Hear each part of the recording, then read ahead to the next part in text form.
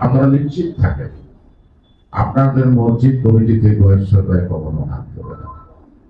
আর কোন মসজিদ শিক্ষা প্রতিষ্ঠানকে রাজনৈতিককরণের থেকে আমি বিরত রাখবো।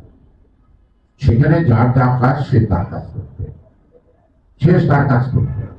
এবং কোন স্কুল বা কোন মসজিদ কমিটিতে সেই মসজিদের ইমাম সাহেবরা আগ্রহ করে তার আশেপাশে কোনো লোককে যদি মনে করেন যে তাকে কমিটিতে রাখলে আমাদের জন্য নিরাপদ হবে, ভালো হবে বা নিয়ম কানুনটা ঠিক মতো থাকবে, সেটা আপনারা সিদ্ধান্ত নেবেন। কিন্তু আমি ব্যক্তিগতভাবে এই এগুলি কি প্রতিষ্ঠান, জনগণের প্রতিষ্ঠান, সেটা মসজিদ হোক, মাদ্রাসা হোক, সেটা স্কুল হোক, কলেজ হোক, প্রাথমিক স্কুল, হাই স্কুল হোক, এগুলিকে রাজনীতির বিরুদ্ধে রাখার শতবার চেষ্টা করবো। এখানে আমি তবে ছাড়তে হবে, পরিষ্কার করে দিতে পারি এই কথাটা। সে কারণেই আপনারা এই নির্বাচনকে কেন্দ্র করে ধর্ম ব্যবহার করা এর মানুষ ভোটার ভোট দিল, তাই না? বাংলাদেশের নাগরিক হিসেবে তার ভোট আছে, ভোট দিল। এখানে এসে ধর্মীয় তার তার আমাদের যদি আপনার অপকার হওয়ার সম্ভাবনা থাকে আপনার ভোট দিবেন, এটা আপনার নিজস্ব জিনিস, যেটা দিয়ে আপনি একটা সঠিক মানুষকে বাছাই করবেন। আর সঠিক মানুষটাকে বাছাই করার জন্য আপনার অনেক পথ আছে, জানার পথ আছে, আমাদের অতীত জীবন দেখার ব্যাপার আছে, বর্তমানে কেমন ঘটেছি সেটাও দেখার ব্যাপার আছে। সবকিছু দেখে তো আপনি আপনার এই মূল্যবান ভোটটা প্রদান করবেন। একজন একটাই নেয়, নিয়ে হাঁটা দেয়, কেউ নেয় না। কিন্তু আমাদের তাহলে তিনটা সেটা করে যে একটা করা ধরে, একটা করাই ধরে, আর কিছু করে না।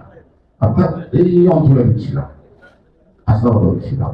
অর্থাৎ আপনাদের যে ধর্মীয় চিন্তা ভঙ্গি থেকে আপনারা আপনাদের অধিকার প্রতিষ্ঠা করে যে আন্দোলনটা করছেন, আমি আপনাদের সাথে মিছিলে থাকতে পারি না, কিন্তু আপনাদের আশেপাশে ছায়াগত থাকছে। এবং অনেককে জেল থেকে বের করার জন্য তার যাবতীয় ব্যবস্থা আমি করছি, তাদের নাম আমি বলবো না, আপনার সাথী তারা, কারণ এটা আমার দায়িত্ব ছিল। তারা সংগ্রাম করছে, আন্দোলন করছে, আমার সামর্থ্য মিলে আমি কিছু করা ক্ষমতা। আমি 7 মাস একবার জেলে ছিলাম, রোজার মাসে। এই পুরো রোজার মাসে সকল আসামিদের ইফতারের আয়োজন করতাম জেলখানা।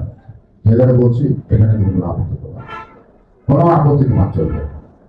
রোজার সময় ইফতারের সময় সবাই একসঙ্গে হবে, তারপরে তার চলে যাবে। সেই কারণে আপনাদের একটা ভয় নাই, হ্যাঁ, যে আমি নির্বাচিত হলে এখন আপনারা আপনাদের ধর্ম কর্ম করতে আপনাদের কথা অনুযায়ী যে বাধার সম্মুখীন হয়েছেন, এটা আমি থাকা অবস্থায় হবে না। আগে হয়েছে, আগে তো আমি নিজেই নির্বাচন, আমি জানি আইনটাকে বলছে মসজিদ স্কুল ভাড়া নামাজের সময় সবাই যেন আমার জন্য দোয়া করেন, আর দেশের মানুষের জন্য দোয়া করেন, যারা শহীদ হয়েছে, যাদের বিনিময়ে আজকে আমরা এখানে বসে আগামী স্বপ্ন দিচ্ছি আমি আমার ভোটে আমাদের প্রতিনিধি নিয়োগ করবো, একটা সুস্থ আবাদ নির্বাচন, তাদেরও জন্য আপনার মাফেরত করবেন, দোয়া করবেন। আর আমরা যারা বেঁচে আছি তাদের জন্য একটাই দোয়া করবেন, আল্লাহ যেন আমাদের তৌফিক দেয় একটি সুন্দর সুস্থ দেশ, যেখানে হানাহানি থাকবে না, বৈষম্য থাকবে না, বিদ্বেষ থাকবে না, ছোট বড় ধনী গরিবের ব্যবধান থাকবে না, এবং একটা আইনের শাসন এবং জাস্টিস যেন আমরা প্রতিষ্ঠা করতে পারি বাংলাদেশ। সবাই ভালো থাকুন। সর্বশেষ যদি ভালো মনে করেন ধানের শীষে ভোট দিবেন, আপনি যদি দিতে রাজি হন তাহলে আরেকজনকে রাজি করার জন্য একটু উদ্যোগ থাকতে হবে।